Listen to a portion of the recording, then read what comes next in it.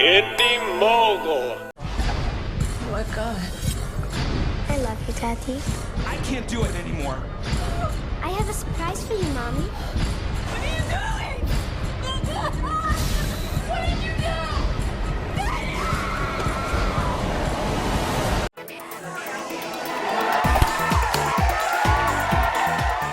As the movie's tagline says, there's something wrong with Esther. Duh. But in her defense, if some chick pulled this on me, Oh, look. Little Bo Peep texts me. She wants her outfit back. I'd be tempted to beat the crap out of her too. But no, apparently Esther goes a little further than that, as Orphan is another entry in the rare but chillingly distinct genre of child horror movies. Other notable entries are The Omen, The Good Son, and The Bad Seed.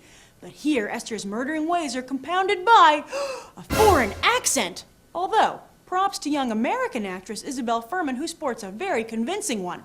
An Orphan is already horrifying people, but in a political fashion. The adoption community is so offended by this movie that the filmmakers already changed the line in the trailer, "It must be difficult to love an adopted child as much as your own," to "I don't think Mommy likes me very much." I mean, sure, the implied second half of that sentence is "because I'm adopted," but I think the filmmakers can also reasonably argue the somewhat less offensive "because I tried to kill her real kids." Now, why would indie film darlings Peter Sarsgaard and Vera Farmiga star in this glossy horror film? Perhaps the movie's producer, Leonardo DiCaprio, gave him a call. You can't say no to DiCaprio, but I'm sure they would have preferred a role in his other glossy horror film.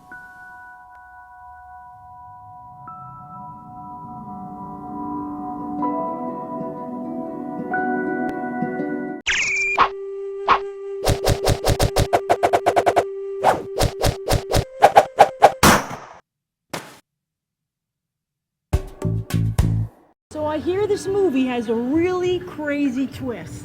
Yeah, it was. I liked it. The twist at the end was awesome because I was thinking it was gonna be like a poltergeist type of thing at the end. Right? And she just turned, wait, she's a like, what? It was kind of crazy, a little surprising, but at the same time, kind of like, oh, okay. The main thing, though, is the suspense and how the kids, the young kids, the little girl and the little boy, how they're able to pull it off. It's a very good film. I mean, I've seen similar stuff, but this does have some original ideas. Like funny, scary, action, adventure. In the beginning, it started lacking a little bit, and you almost, it would have made you fall asleep in the beginning if you didn't really pay attention. But towards the end, when the excitement and everything started happening, it made you want to see the movie more. What'd you think of the little girl? Was she sufficiently creepy?